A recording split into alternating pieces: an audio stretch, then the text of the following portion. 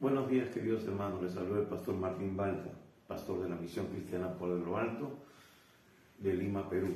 Hoy día 14 de julio de 2024. Y vamos a continuar con nuestra exposición de la palabra de Dios en 2 Timoteo capítulo 4. Así que les animo a que tengan una Biblia física cerca, un cuaderno de notas, para que usted pueda anotar todo lo que Dios quiere hablarle en esta mañana a través de este servidor y del Espíritu Santo.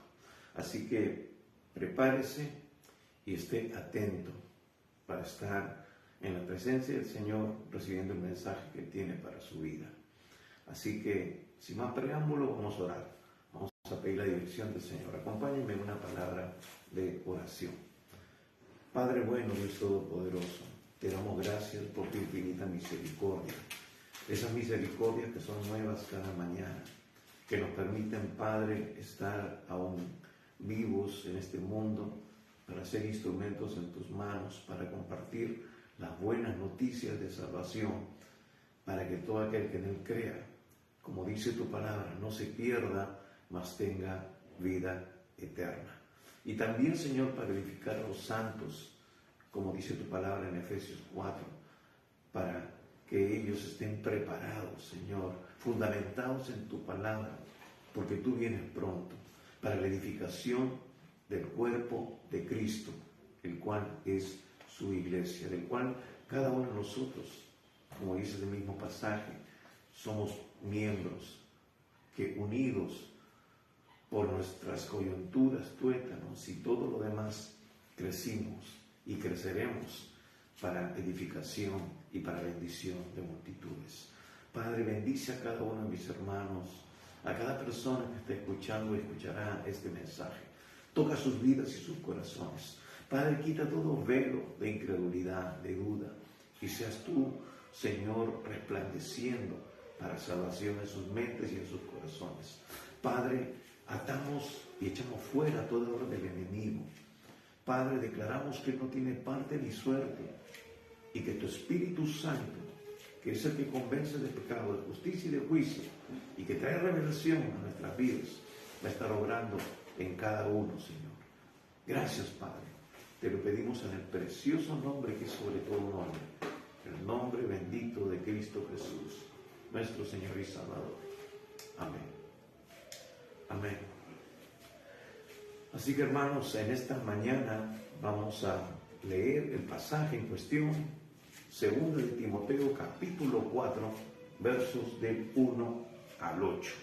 Así que si usted ya está listo, tiene su Biblia, vamos a leerlo. Acompáñeme en la lectura.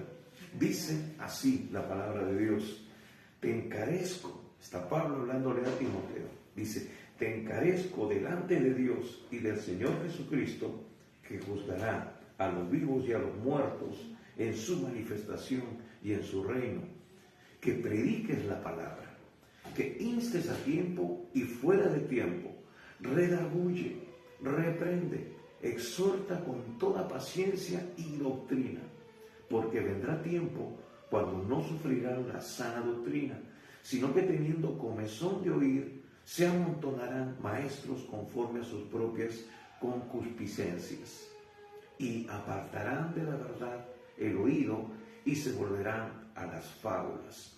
Pero tú sé sobrio en todo, soporta las aflicciones, haz obra de evangelista, cumple tu ministerio, porque yo ya estoy para ser sacrificado y el tiempo de mi partida está cercano.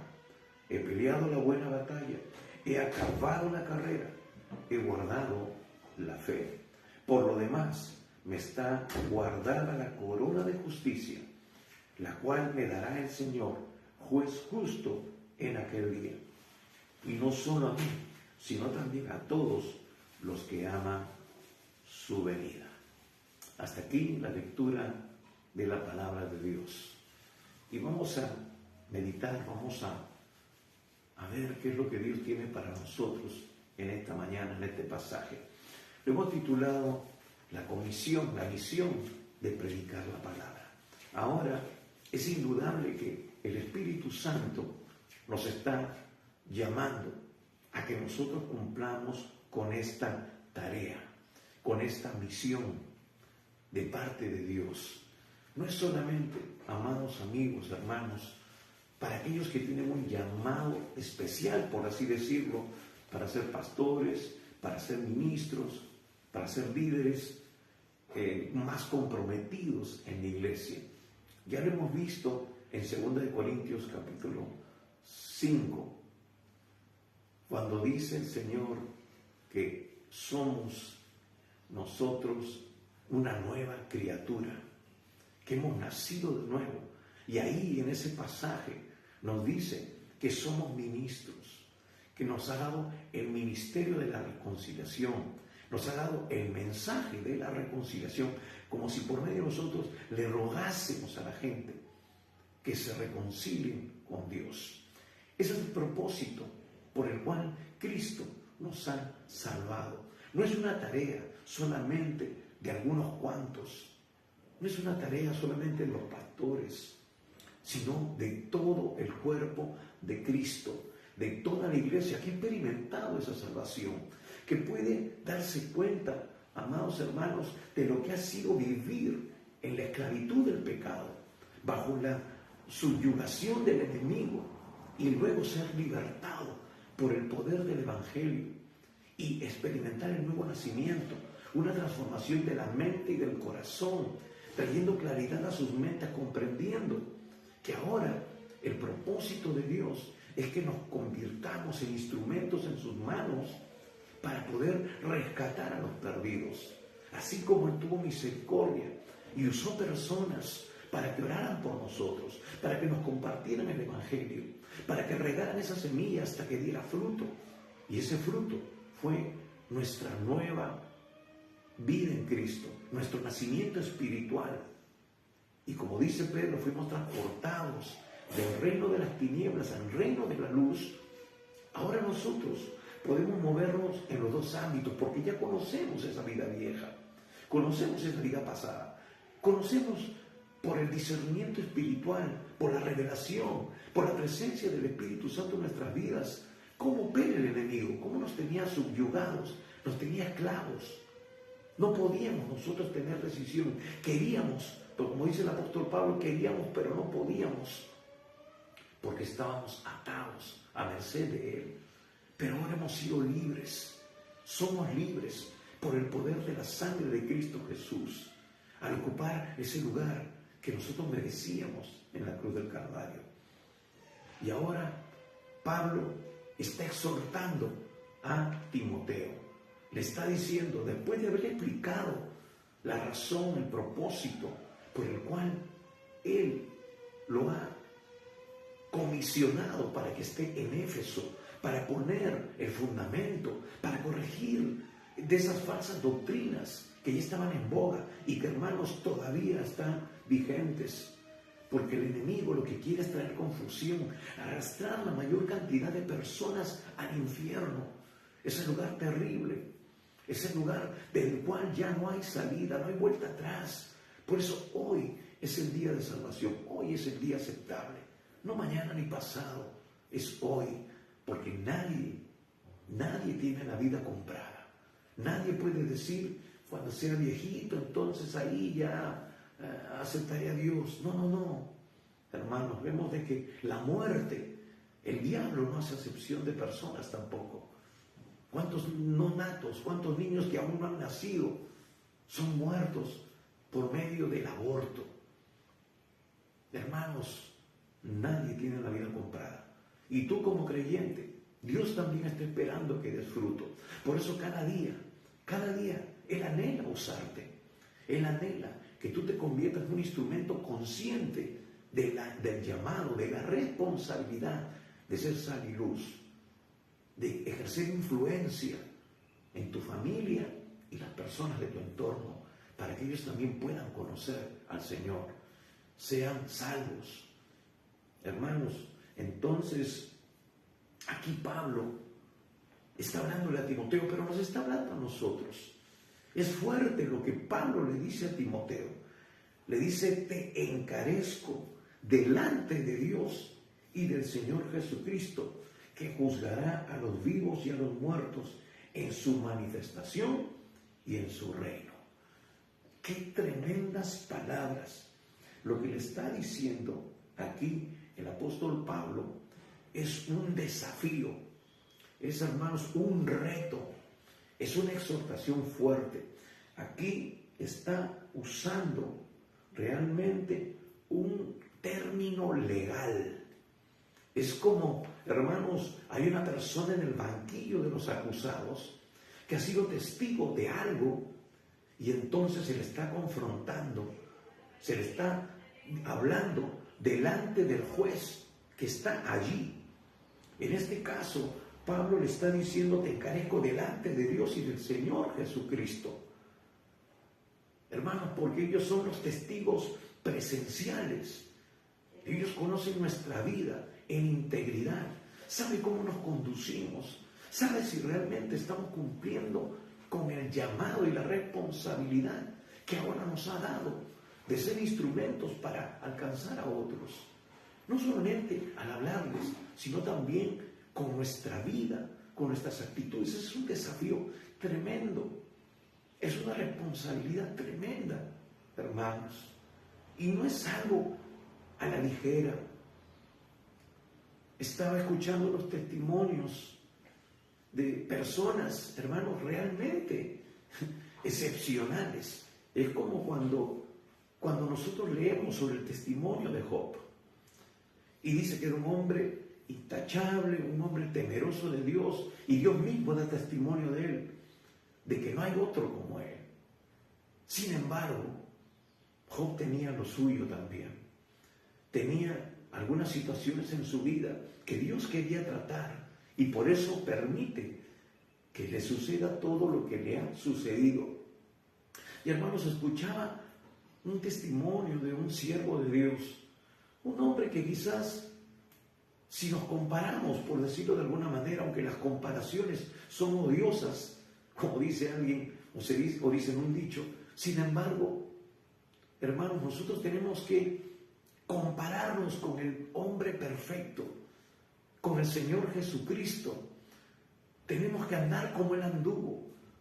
Él vino y se humilló siendo Dios, convirtiéndose en un hombre igual que nosotros, obediente hasta la muerte y muerte de cruz. Pero Él vino para mostrarnos la manera en que nosotros debemos de vivir. Él, siendo Dios, tuvo que ser lleno del Espíritu Santo. Tuvo que pasar por todo un proceso. Fue tentado, pero sin pecado. ¿Y por qué? Porque Él dependió total y completamente de Dios. Por eso, Dios dio testimonio de Él. Este es mi Hijo amado, del cual tengo complacencia. Me complazco, me deleito, me produce placer. Hermanos, nosotros estamos produciendo eso en el corazón de Dios.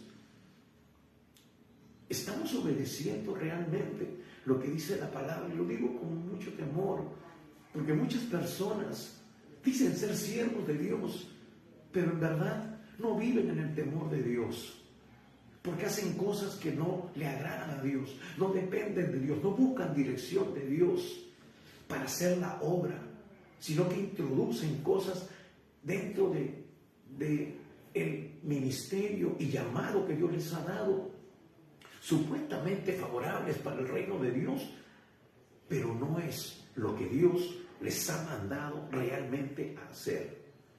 Entonces, veía un testimonio de un hombre y decía: las comparaciones son odiosas, tenemos que compararnos con el perfecto, con Jesús, pero lo comparto en esta mañana porque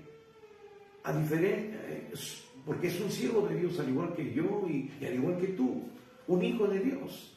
Y este hombre realmente era impresionante, Dios cómo lo usaba, cómo fluía el Espíritu Santo, un hombre de oración, un hombre de la palabra, y sin embargo, Dios lo confronta. Podríamos decir que todo andaba bien, pero hermanos, Dios no quiere, y siempre lo hemos dicho aquí, y a veces lo hemos dicho inconscientemente, ahora lo entendemos mejor, que Dios no quiere el 80, ni el 90, ni el 99% de ti y de mí, sino el 100%, porque Él lo dio todo. y no espera menos de nosotros. Y entonces, a veces, hermanos, nosotros de una manera muy sutil permitimos algunas cosas. Todavía están ahí porque supuestamente no la hemos llevado a la práctica, pero suceden en nuestro corazón, en nuestra mente.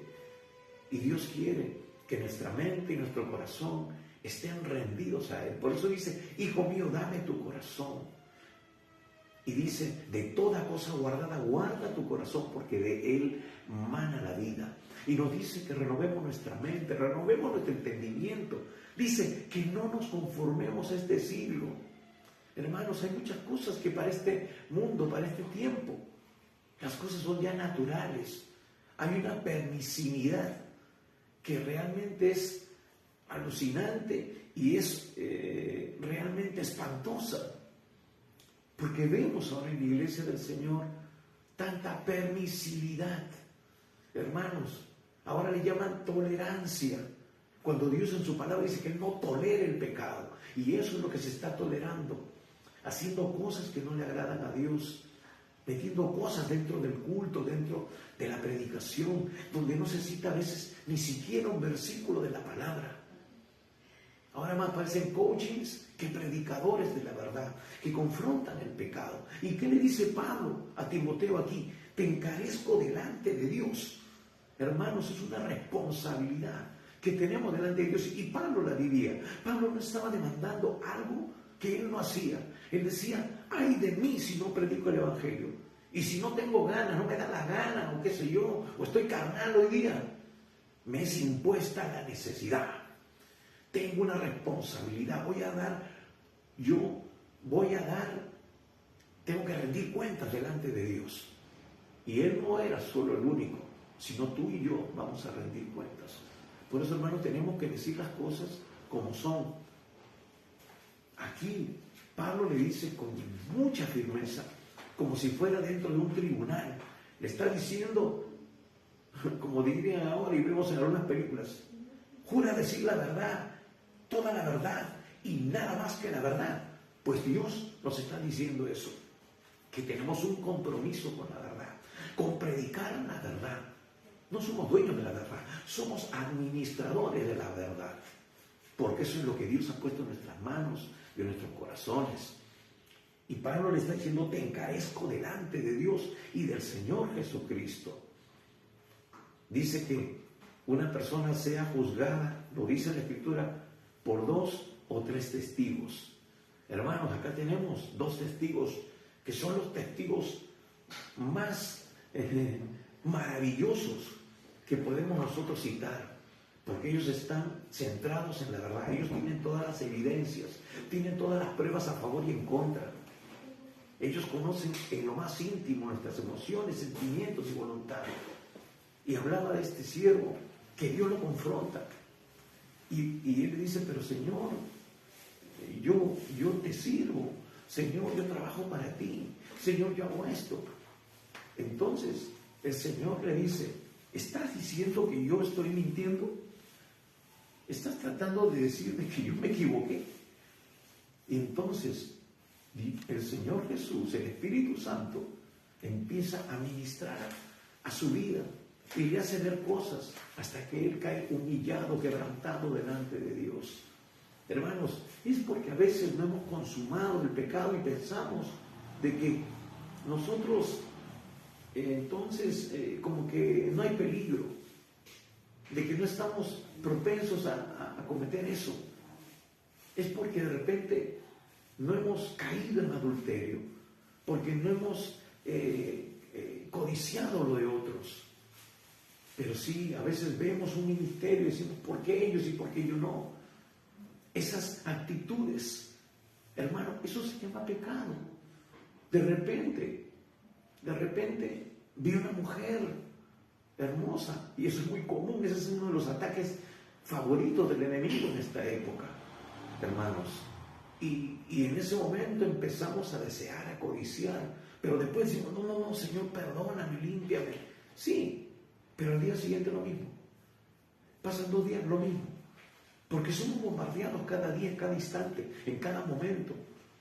Y ya se convierte en una práctica el dar lugar y arrepentirnos, dar lugar y arrepentirnos. Y hermanos, si nosotros no cortamos eso de raíz, estamos en terreno resbaladizo. Estamos caminando al filo de la cornisa. Tenemos nosotros que morir a nosotros mismos. Como dice Pablo en Gálatas 2:20, dice, ya no vivo yo, sino que Cristo vive en mí. Y lo vive en la fe del Hijo de Dios. Hay un aspecto de la fe que nosotros todavía no entendemos. Sí, yo entiendo algo de la fe, es la certeza de lo que se espera, la convicción de lo que no se ve. Pero cuando habla eso en Gálatas 2:20, está diciendo el morir a ti y vivir en la fe, tener la misma forma de vida en la que vivió y se condujo el Señor Jesucristo. Es decir, vivir una vida de integridad, vivir una vida transparente, vivir una vida que realmente refleje santidad. Él dice que sin santidad nadie le verá.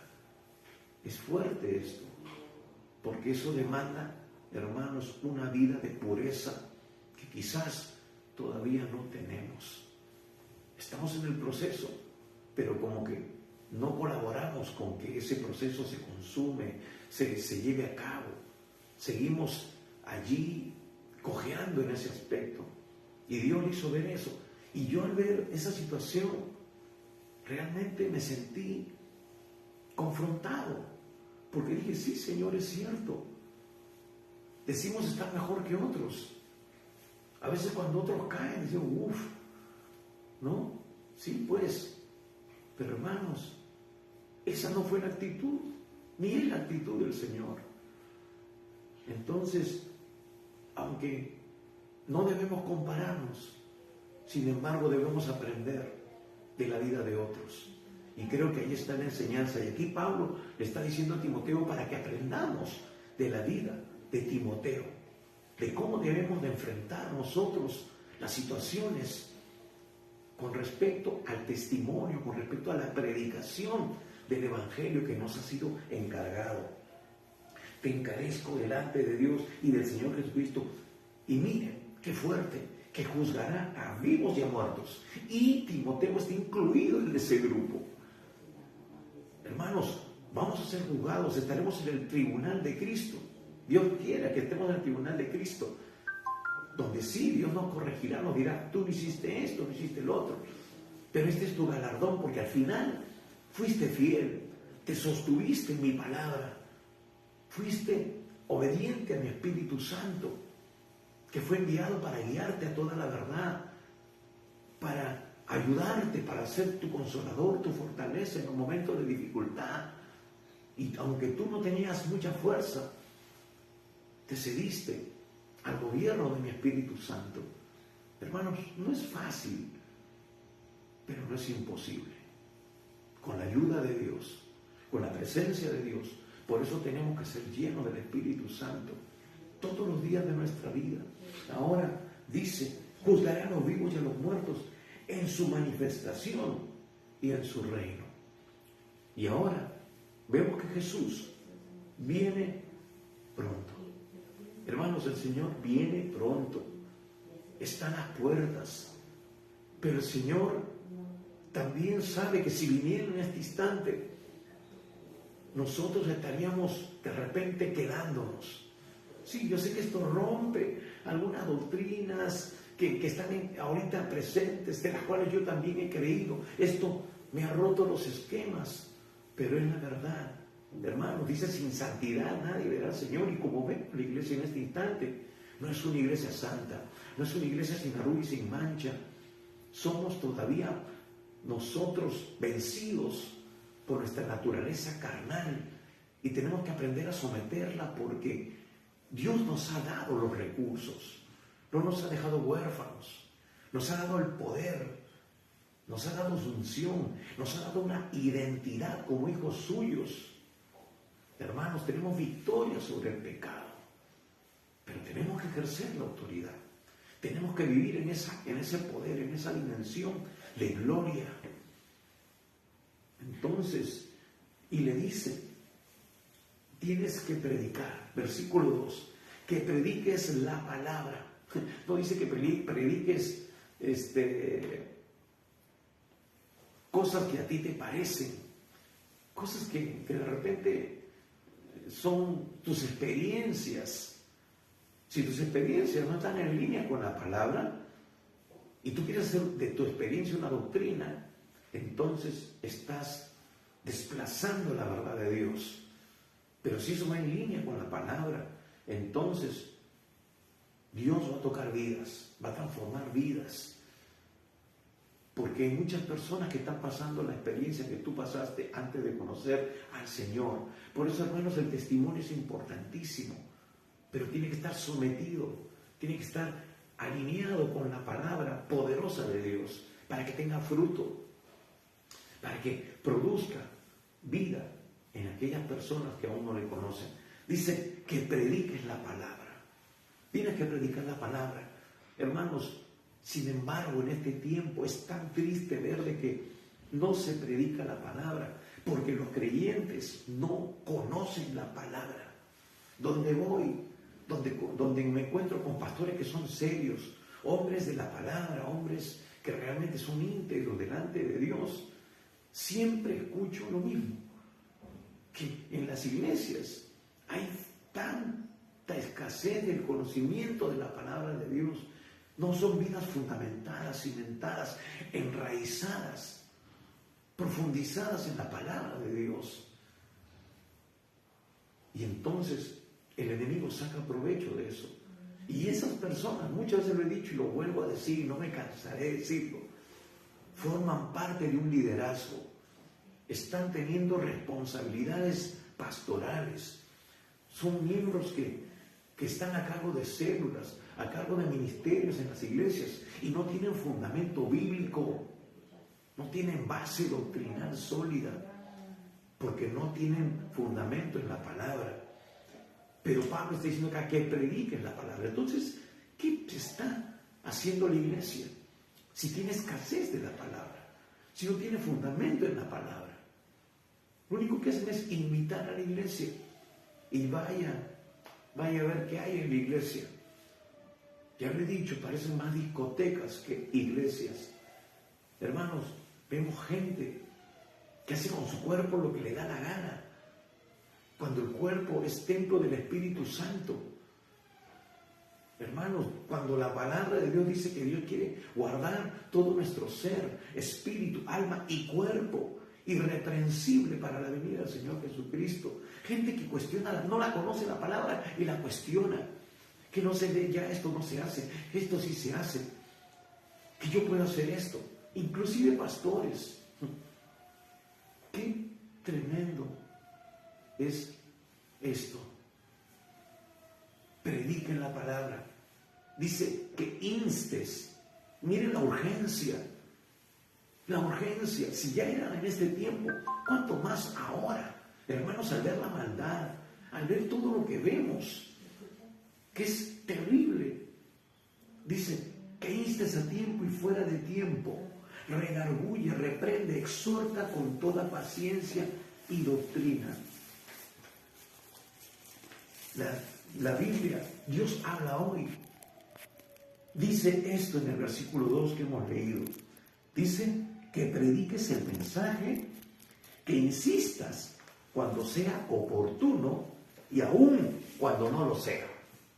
Convence, reprende y anima, enseñando con toda paciencia.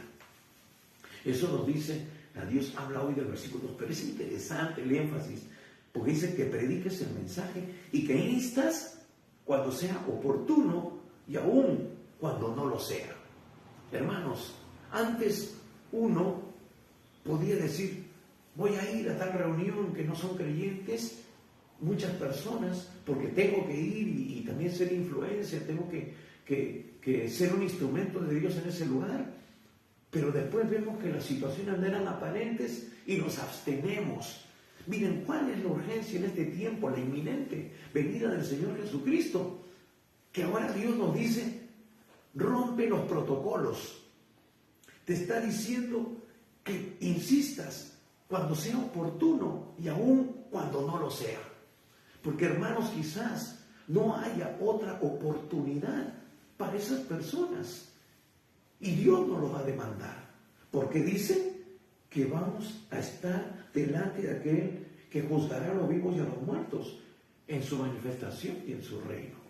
Es decir, hermanos, nuestra vida va a pasar delante de nosotros y nos va a decir el Señor, yo te di esta oportunidad, tú sabes que yo vengo pronto, sabías que venía pronto, mis señales ya se estaban dando y tú recibiste este mensaje, escuchaste esta palabra de cómo tienes que predicar, cómo tienes tú que presentar el mensaje, que ya no hay tiempo, sea oportuna o no la situación, tú tienes que hablar. No son tus pensamientos los que realmente determinan, sino la urgencia del mensaje. No es, ay, no me va a aceptar, no me va a hacer caso. No, hermanos, está diciendo, sea oportuno o no. Tiene que quedar precedente, tiene que quedar allí registrado en la eternidad que tú te rendiste y te ceñiste al plan perfecto de Dios. Que Él no quiere que nadie se pierda, sino que todos procedan al arrepentimiento, que tengan la oportunidad de conocer al Señor. Leí Ezequiel también, estoy nuevamente, siempre digo, cada año leo la Biblia, y estaba una vez en Ezequiel y dice, tú eres el atalaya de Israel, tú tienes que decirle al impío y al creyente, tienes que exhortarlo, porque es interesante, dice que si el creyente quebranta los principios de Dios, no le será tomado en cuenta. Entonces, ¿quién soy yo para decir eso? No, ya no está vigente, eso no, ya somos salvos, siempre salvos. ¿Y qué otros disparates que se han metido como doctrina, hermanos, en la iglesia del Dios viviente? ¿Es lo que Dios dice o lo que yo determino, lo que yo creo, lo que yo pienso? Yo puedo limitar a Dios, yo puedo quebrantar sus principios, yo puedo decir esto sí, esto no. No dice, toda la escritura es inspirada por Dios y útil para enseñar, para redarguir, para corregir, para instruir en justicia. ¿No lo hemos visto también al tratar este libro de 2 de Timoteo? Entonces, ¿a quién le vamos a creer? ¿A un pastor carnal que establece estos principios doctrinales? ¿O al Dios Santo que viene pronto? Entonces, hermanos, vemos aquí que dice que instes a tiempo y fuera de tiempo. No hay tiempo, el tiempo corre, no vuelve atrás. Las oportunidades se presentan y quizás no se presenten nunca más. Esto es un desafío para mí mismo y creo que también lo es para usted. Entonces, hermanos, tenemos que estar preparados. Si no tenemos fundamento en la palabra, no estamos preparados, no estamos listos. Pero aún así, aunque sepas Juan 3:16, ese sea el único versículo que tengas en tu cerebro, en tu corazón, pues tienes que compartirlo con pasión y en obediencia para que las personas tengan la oportunidad de conocer al Dios viviente, al Dios verdadero, al único Dios.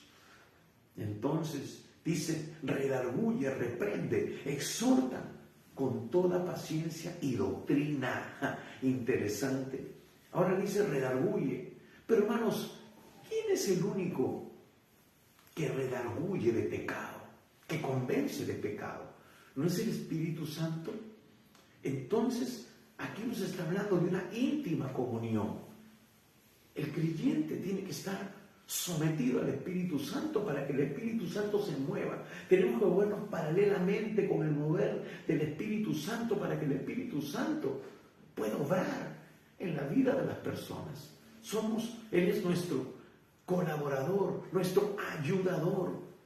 Hermanos, pero el Señor nos ha puesto en la tierra. Este es el tiempo de la iglesia. Somos el agente de Dios para proclamar las buenas noticias. Pero cuando nosotros vamos guiados por el Espíritu Santo, porque la materia del Espíritu Santo es la palabra. y nos movemos en línea con la palabra, entonces el Espíritu Santo va a orar, va a actuar, va a redarguir, va a convencer, va a confrontar a las personas. No va a ser en nuestra carne y en nuestra mente, porque muchas veces lo hacemos así. Y en vez de ser de bendición, agredimos a las personas, herimos a las personas, ofendemos a las personas. Aunque cuando prediques también van a ofenderse, sí, porque van a ser tocados en su carne. Pero dice, reprende, exhorta con toda paciencia. Hermanos, tenemos que tener paciencia. Quizás no veamos el fruto hoy, pero estamos regando esa semilla que va a dar fruto en algún momento.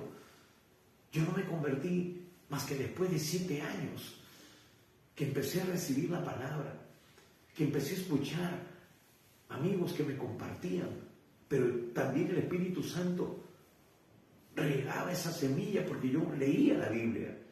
Entonces Dios fue tratando conmigo. Hermano, fue una obra sobrenatural lo que pasó en mi vida. El Espíritu Santo realmente me llevó, me condujo hasta la iglesia. Me llevó de la mano. Y fue ahí donde Él empezó a tratar conmigo hasta que caí rendido a los pies de Jesús. Entonces, la palabra es la que va a producir el fruto de vida. Porque sus palabras, dijo Jesús, son espíritu y son vida. Entonces, exhorta con toda paciencia y interesante, y doctrina.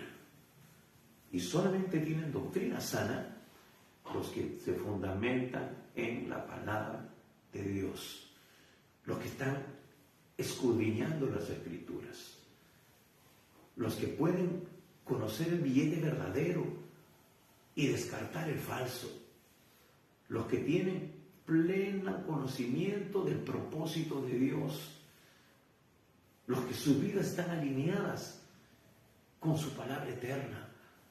Entonces, es allí donde tenemos doctrina sana y no ciertas doctrinas que aparentemente son de Dios, pero lo que hacen es traer relajo. ¿Me escuchan? Relajo. Yo ya soy salvo, pero no vives en santidad, pero no compartes el Evangelio, pero no sirves a Dios, no eres una persona llena del Espíritu Santo, no fluyes en los dones. Entonces, ¿qué tipo de creyente podemos ser así, secos, muertos espiritualmente, realmente, sin producir fruto para la gloria de Dios? ¿Acaso el Señor lo dice ahí en Juan 15, que demos fruto? Que en esto he glorificado a mi Padre, que llevemos fruto, y ese fruto permanezca. Hermano, yo te digo así, en amor, ¿hace cuánto tiempo que tú no ganas una persona para Jesús? ¿Hace cuánto tiempo que tú no estás discipulando a una persona en la fe, en la palabra? ¿Hace cuánto tiempo? Conozco creyentes que tienen años y nunca han ganado una persona para Jesús. Lo único que han hecho es invitar que vayan al templo, pero para que el pastor los evangelice, para que ahí por arte de magia se conviertan. Y a veces Dios por su gracia lo hace. Pero, ¿qué? ¿Estamos siendo realmente nosotros portavoces, heraldos del mensaje? Es una gran diferencia entre uno y otro. Entonces, amados, el Señor viene por una cosecha abundante. El Señor viene por una cosecha abundante. A veces pienso que si Dios por su misericordia y por su gracia no derrama ese avivamiento que Él ha prometido en su palabra, de derramar su espíritu sobre toda carne, realmente nosotros pasarían 1000 años más y todavía el Señor Jesús no vendría. Dios, en su amor, por amor a sí mismo, como muchas veces lo expresa en su palabra, si no obrara de esa forma, la iglesia sería una iglesia estéril, muerta, y no daríamos fruto y no glorificaríamos el nombre de nuestro Dios. Entonces, vemos, hermanos, que dice, ¿por qué? ¿Por qué tenemos que predicar? ¿Por qué tenemos que redarguir? ¿Por qué tenemos que reprender? Exhortar con toda paciencia y doctrina.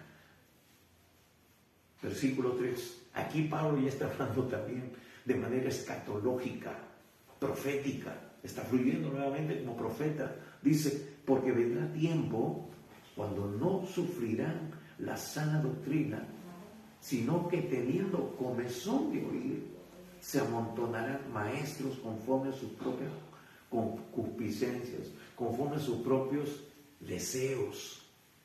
Hermano, esto yo lo veo ahora más seguido, lo ves en las redes sociales.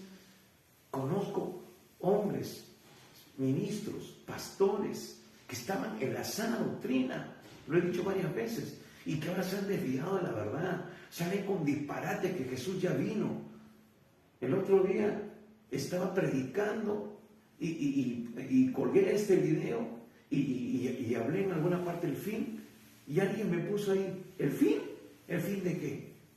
Y esa persona que me puso ese comentario fue una de las personas, un pastor que yo admiraba por el fundamento bíblico que tenía. Digo que tenía porque ya está en cualquier cosa. Hermanos, no depende cómo empezamos, sino cómo terminamos. Y siempre hemos dicho que mucho cuidado, que en aquel día, el día que Pablo está diciendo aquí, habrá muchas sorpresas. ¿El fin de qué? Porque su doctrina ahora es de que Jesús ya vino. Yo quisiera ver dónde está. Porque hay evidencias en la Biblia que nos dice que nosotros que somos de la luz sabremos. Hermano, cuando Jesús venga ya no estaremos aquí, en su primera venida, en las nubes, cuando venga el arrebatamiento de la iglesia. Así que me llamó la atención. ¿Y ya para qué discutir? ¿Ya para qué responder? Solamente orar. Señor, ten misericordia. Y veo estos comentarios en otros que son y han sido sus discípulos de esta persona. Entonces, hermanos, tenemos que tener mucho cuidado, porque hay un espíritu que se está moviendo ahora, un espíritu de error.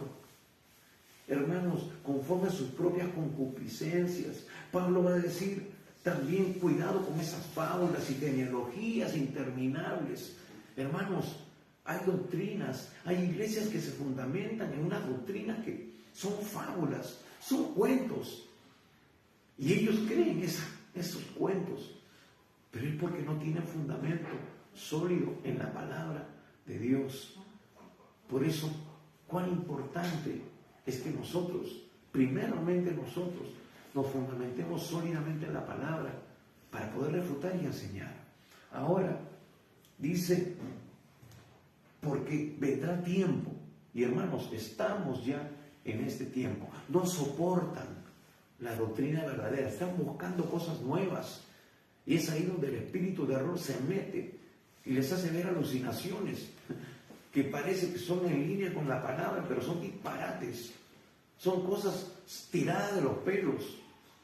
Por eso nosotros tenemos que conocer la verdad. Y hermanos, no esperar 2 horas a la semana, el domingo, para que nos cuenten sobre la verdad.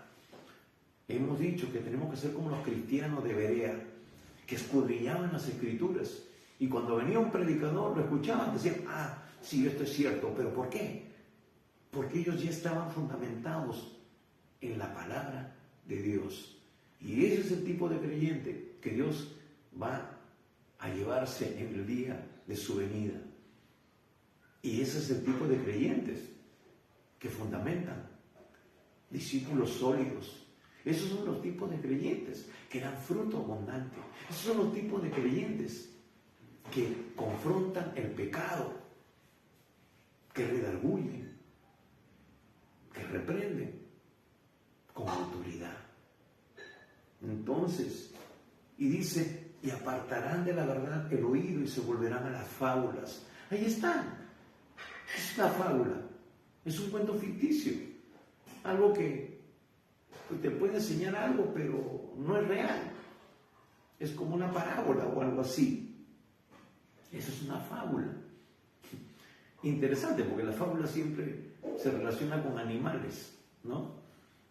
Las fábulas de Esopo siempre eran fábulas de animales que daban algún tipo de enseñanza, o se tomaba alguna característica de los animales para sacar una enseñanza para nosotros.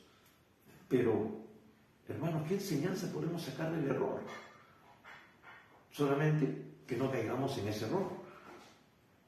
Y creo que eso es lo que Pablo está tratando de decirnos en este pasaje, que se apartan de la verdad del oído. Hermanos, tenemos que estar sintonizados con el Espíritu Santo, porque es el que nos guiará toda la verdad. Tenemos que saber distinguir su voz. Jesús dice, mis ovejas oyen mi voz y me siguen. ¿Qué voz? ¿Qué espíritu de engaño están percibiendo ellos? Y esto me hace recordar a los profetas cuando son confrontados y Jeremías dice, ellos están hablando con espíritu de error, son profetas engañosos. Y ellos confrontan a Jeremías y dicen, a ver, no, sí, yo soy esto. Y Jeremías los confronta y dice, Jehová te va a quitar la vida, hermanos, y se cumple la palabra. Al día siguiente, pum, o al momento, mueren. Entonces, ¿quién estaba hablando de parte de Dios? ¿Me entienden? La palabra de Dios se cumple. Cuando es de Dios, eso tiene cumplimiento. Entonces, mucho cuidado porque se levantan profetas de acuerdo a sus propios deseos. Y dice, y apartarán de la verdad del oído y se volverán a las fábulas. Pero tú, sé sobrio en todo. Sobrio, una persona ahí, ecuánime, que tiene todo claro. No está divagando ni dudando, está como una estaca firme, hermanos, porque está fundamentado en la palabra de verdad. Dice, soporta las aflicciones, haz obra de evangelista, cumple tu ministerio.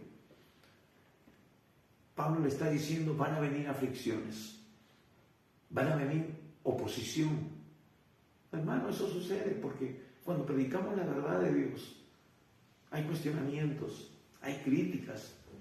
Los mismos creyentes te van a decir, usted es un legalista, usted es un religioso, usted es un así, un así. Pero ¿saben qué, hermanos? Nosotros vamos a rendir cuentas, y ellos también, delante del Dios que juzgará a los vivos y a los muertos. Y ahí, como le dije una vez a un falso maestro, ahí nos veremos las caras. Y su cara se cambió por completo. Podía ver a los demonios ahí. Porque, hermanos, eso es. Cuando vivimos una vida íntegra delante de Dios, no tememos decir estas cosas. Nos veremos las caras delante de Dios. Ahí veremos a ver quién dice la verdad, quién está andando en verdad. Eso es uno de las bendiciones de estar en línea con la palabra de Dios. No temes, hermano, ser confrontado. No temes poner a Dios como testigo, porque sabes que estás andando en línea con lo que Dios ha establecido en su palabra. Pero tú sé sobre el todo. Y luego Pablo le dice, porque yo ya estoy para ser sacrificado y el tiempo de mi partida está cercano. Le está diciendo, Timoteo, sé sobre el todo, soporta las aflicciones. Tú has visto mi ejemplo, mi conducta, mi fe. Sabes por quién has sido instruido, enseñado. Sabes que lo que te estoy diciendo es cierto porque tú lo has visto en mi vida. Has visto que mi vida ha tenido eco con el mensaje que yo te he enseñado, que recibí del Señor Jesucristo. Entonces, así como yo soporto, así como sufro y me mantengo firme, cuando vengan las aflicciones, y vendrán, hermano, para nosotros también. Porque es interesante, leía a Pedro, y Pedro dice, si aún el justo, a la justa el juicio empezará por la casa de Dios, y si el justo con la justa se salva, ¿dónde quedará el impío y el pecador? Hermanos, el juicio va a empezar por la casa de Dios, porque Dios quiere purificar nuestra fe en el horno de fuego. Pedro va a decirle que esa santísima fe esa fe más valiosa que el oro, tiene que ser purificada con fuego. Hermanos, Dios va a permitir que pasemos por el fuego, pero dice, cuando pases por el fuego no te quemarás. Hermanos, nuestra prueba, nuestra vida, nuestro ministerio pasará por fuego. Si fue heno, madera, hojarasca, se consumirá. Pero si tú diste lo mejor para Dios, no por tu propio egoísmo, no por ser alguien, no por demostrar algo, sino por amor al Señor, eso será oro, piedras preciosas. ¿Cómo están tus actitudes delante de Dios? ¿Haces las cosas para Dios o porque a ti te trae cierta satisfacción, infla tu ego, te sientes wow, reconocido? Me hace recordar a una persona que cuando le quitaron, lo sacaron de un ministerio, lloraba, zapateaba y decía, me han quitado mi ministerio. No es tu ministerio, es un encargo de parte del Señor. Hermanos, nosotros no hemos comprado nada, no tenemos esa capacidad. Dios nos dio todo, nos ha dado el privilegio de servirle, pero hagámoslo bien, para gloria de su nombre, para que el nombre de Jesús sea glorificado, para que los hombres de este mundo que no conocen a Dios vean a Dios en tu vida y glorifiquen al Padre. Entonces, dice, yo estoy para ser sacrificado, derramado como ofrenda, como una libación en el altar del sacrificio, y el tiempo de mi partida está cercano. Pablo tenía esa revelación, por eso le da el encargo a Timoteo y le dice, Timoteo, esto es lo que tú tienes que empezar a manifestar en tu vida. Si ya lo tenías, afírmalo. Entonces, hermanos, eso es para todo creyente. Estamos pasando por situaciones complicadas, difíciles, pero hermanos, tenemos que seguir adelante, tenemos que perseverar. Dice, he peleado la buena batalla, he acabado la carrera, he guardado la fe. Como que vuelve a tomar esos personajes, al guerrero, al soldado, al atleta, al agricultor, y el ejemplo de Jesús. Dice, he peleado la buena batalla.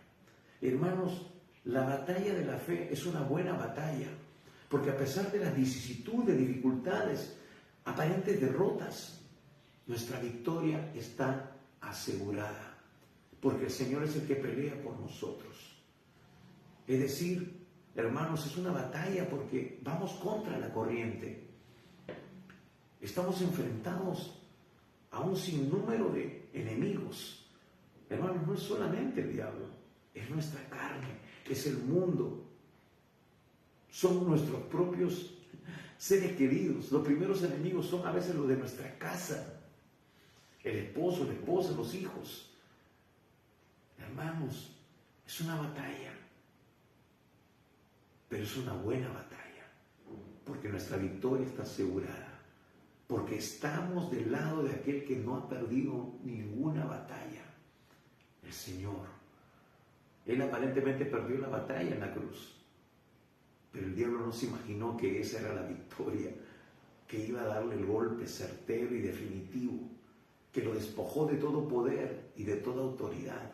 Por eso la iglesia es una iglesia victoriosa. Por eso las puertas del infierno no prevalecerán contra ella, porque es columna y baluarte de la verdad. Pero tenemos que predicar la verdad, vivir en la verdad, para que eso tenga peso y tenga, hermanos, respaldo de parte de Dios. Dice, he acabado la carrera. Hermanos, hay una carrera por delante. Pablo va a decir también, olvidando lo que queda atrás, prosigo a la meta. Y para ello tengo que golpear mi cuerpo, es decir, tengo que someter mi carne, porque es el enemigo que nos arrastra, que no nos permite vivir en santidad, que nos arrastra a quebrantar los principios de Dios para ser así eliminados. Pablo va a decir, No vaya a ser que yo siendo heraldo venga a ser eliminado. Por eso Pablo era consciente. Él dice, oh, pobre de mí, ¿quién me librará de este cuerpo de muerte? Era consciente de que su naturaleza solamente tenía una solución: vivir con Cristo crucificado, vivir una vida en la llenura y en la plenitud del Espíritu Santo todos los días de nuestra vida. ¿Escuchas? Todos los días. El Señor Jesús por eso dijo, aquel que quiere ser mi discípulo, niéguese a sí mismo, tome su cruz cada día y sígame. Hermanos, esto es una guerra. Esto es peor que la guerra de Rusia con Ucrania y con lo que está pasando en Israel. Este es un enemigo cobarde que no vemos y que tiene un aliado, esta carne, que tenemos que someter, crucificar, alinear con el propósito de Dios. Entonces le dice, he guardado la fe. Hermanos, guardar la fe es vivir como Cristo vivió. ¿Estás viviendo como Cristo vivió? Agradando al Padre, diciéndole no al pecado, no anteponiendo tus deseos y tus cosas, sino la perfecta voluntad de Dios. Hágase, Señor, tu voluntad y no la mía.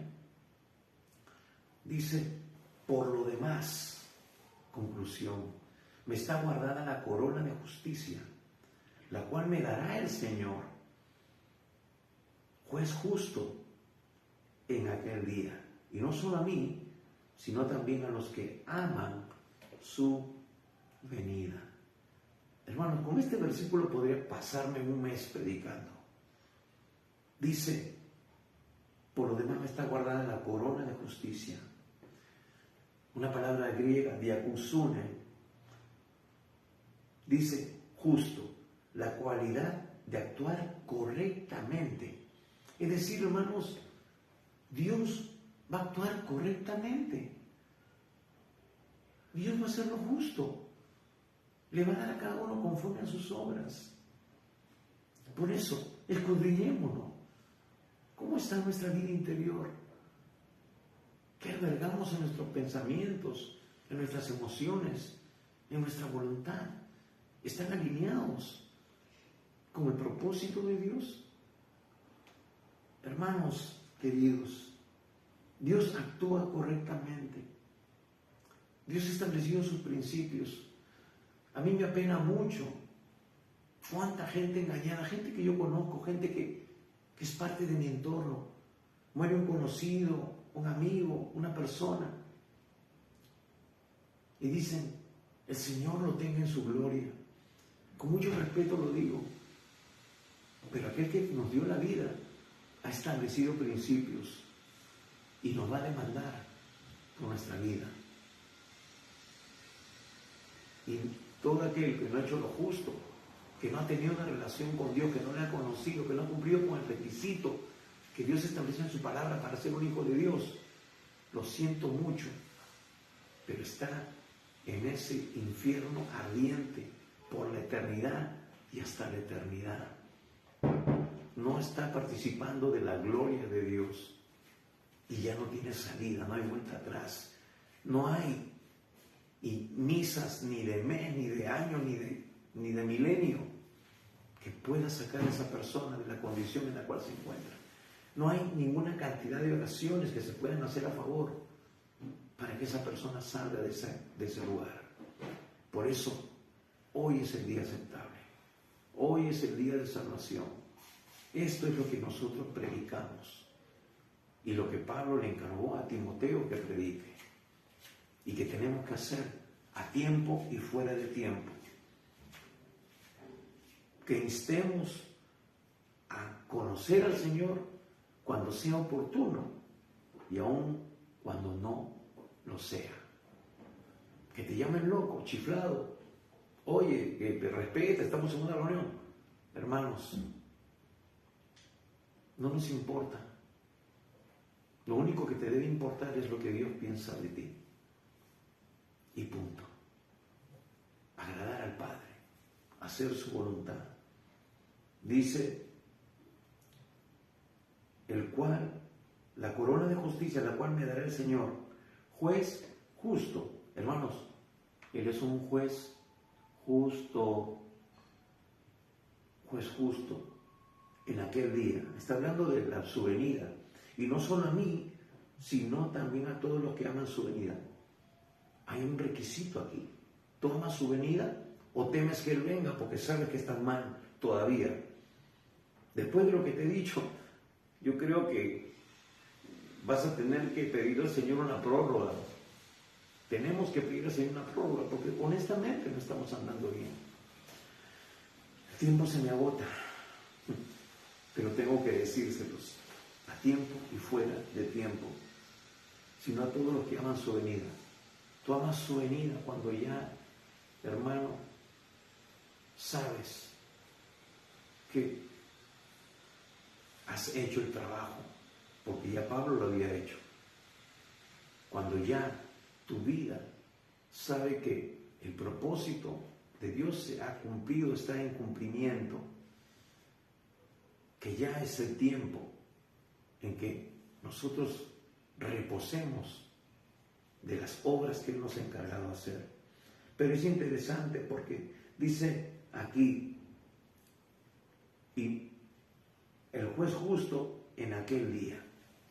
Aquí se está haciendo énfasis. Y hermanos, las Escrituras en varias partes nos hablan a nosotros los creyentes de que tenemos que tener una actitud de expectativa, anhelante, en lo que se refiere a la segunda venida del Señor. Esta actitud nos revela la Escritura que debemos tenerla en 5 puntos. En cuanto a la venida del Señor, primeramente, tenemos que anunciar su venida, como dice aquí en el versículo 8. Tenemos que anunciar, sino también a todos los que aman su venida. Tenemos que decirle a la gente, hermanos, que Cristo viene pronto. Y tenemos que tener el fundamento bíblico para sustentarlo. Porque te van a decir, eso de que Cristo viene hace ya tiempo, que viene con ese cuento y han pasado 100 años y las cosas siguen igual. Pues sí, aparentemente tenemos que amar la venida del Señor, como dice aquí en el versículo 8. ¿Estás amando la venida del Señor o estás con miedo? Porque el Señor ya viene pronto. Tenemos que estar a la espera de su venida. Tenemos que estar expectantes de su venida, pero preparados, no sin hacer nada. El Señor dijo, bienaventurado aquel que yo, cuando venga, le halle haciendo así. ¿Cómo? Sirviendo. Estás sirviendo, estás predicando la palabra, estás dando fruto, estás discipulando. O tienes 20, 30 años y no has ganado a nadie para Cristo. Pues todavía tienes tiempo, todavía tienes la oportunidad. Tercero, tienes que estar listo para su venida. Hermanos, en Mateo 24, 44, el Señor nos dice que tenemos que estar preparados. Tenemos que estar preparados para su venida. ¿Estás listo? Pero una persona que está lista es porque ya tiene todo dentro de su equipaje. Tiene todo lo necesario. Y son estas cosas, haber dado testimonio, haber vivido, haber agradado a Dios. ¿Estás listo para su venida o temes, como decíamos? Estás temblando, no, Señor, todavía no vengas.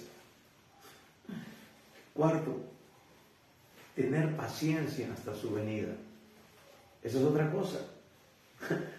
A veces yo digo, ay Señor, ya llévame, ya Señor, mira este mundo, está pero perdido, ya Señor, llévame, ya no acabo acá. Un momentito. Dice que tenemos que tener paciencia hasta su venida. Santiago 5, versículos 7 y 8. Tenemos que tener paciencia, hermanos, porque Dios quiere que todavía el mensaje siga predicado, porque hay muchas personas que todavía necesitan y Dios quiere que sean salvas.